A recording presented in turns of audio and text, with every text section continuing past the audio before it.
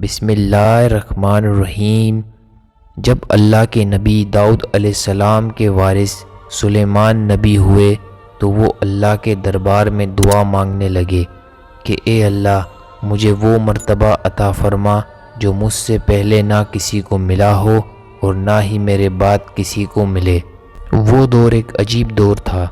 لوگ جنات، کالا جادو ان پر زیادہ یقین رکھتے تھے۔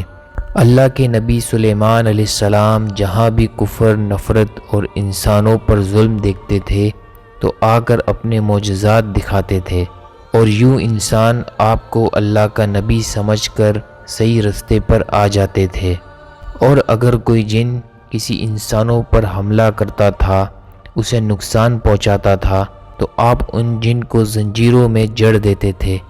آپ آسمانوں پہ پرواز کرتے تھے، تو ویسے ہی آپ آسمان پہ پرواز کر رہے تھے، اتنے میں ایک جن آیا، آپ سے کہنے لگا اے اللہ کے نبی، زمین بابل کے پاس جنات کا ایک گروہ انسانوں پر ظلم کرتا ہے، اور وہاں کے جن انسانوں پر ظلم کرتے ہیں اور پھر انسانوں کو تکلیف دے کے یہ منواتے ہیں کہ ان کے پاس غیب کا علم ہے، اور یوں انسان بھی صراط مستقیم سے ہٹ رہے ہیں۔ جیسے ہی اللہ کے نبی سلیمان نے اس بات کو سنا تو آپ نے تخت کو بابل کی طرف موڑ دیا اور اس کے گروہ کے پاس آ کے کہتے ہیں اے تکبر میں رہنے والو، اللہ سے ڈرو۔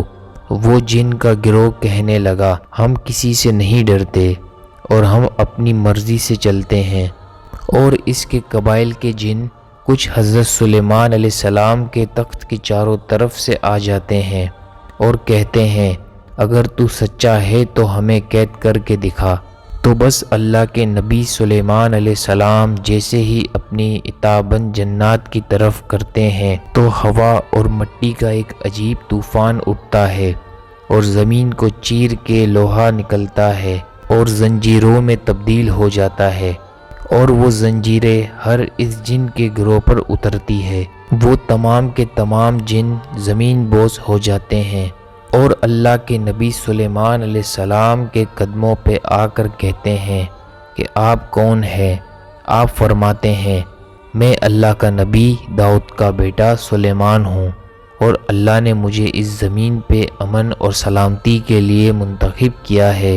اے گروہ جن، خبردار ہو جاؤ، اس زمین پر فساد مت پھیلاؤ ورنہ اللہ کا عذاب تم کو فنا کر دے گا۔ یوں وہ حضرت سلیمان علیہ السلام کی نبوت اور اللہ کی وحدانیت کو تسلیم کر لیتا ہے، اور پھر سب کے سب امن، محبت اور سکون کے ساتھ زندگی بسر کرتے ہیں، اور وعدہ کرتے ہیں کہ کبھی بھی کسی بھی انسان کو تکلیف نہیں دیں گے۔ بے شک اللہ جسے چاہے اپنی خاص رحمت اور طاقت سے نواز دیتا ہے۔ وہ ہر دعا کو سننے والا ہے اور سب پہ کرم کرنے والا ہے۔ اے اللہ پورے جہاں پہ اپنا کرم فرما اور ہر انسان کی دعا کو قبول و مقبول فرما، آمین ثم آمین۔ دوستو اگر آپ کو یہ معلوماتی ویڈیو پسند آیا ہو تو میرے چینل کو لائک کیجیے گا، شیئر کیجیے گا، سبسکرائب کیجیے گا۔ پھر ملتے ہیں انشاءاللہ نیکسٹ ویڈیو میں۔ اللہ حافظ۔